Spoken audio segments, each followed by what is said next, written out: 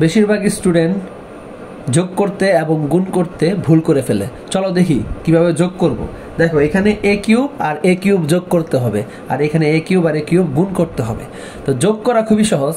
যেমন আমি যদি এ এবং এ যোগ করি তাহলে কি হবে 2a, কিন্তু আমি যদি এ আর এ গুণ করি তাহলে হবে এ স্কোয়ার।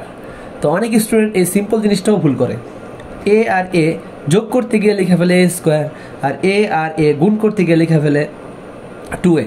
তো এই দুইটা গুণ করলে কিভাবে হবে এ কিউব আর এ কিউব, এ কিউব আর এ কিউব যোগ করলে কি হবে 2a কিউব, আর গুণ করলে হবে a টু দি পাওয়ার 6। কিভাবে?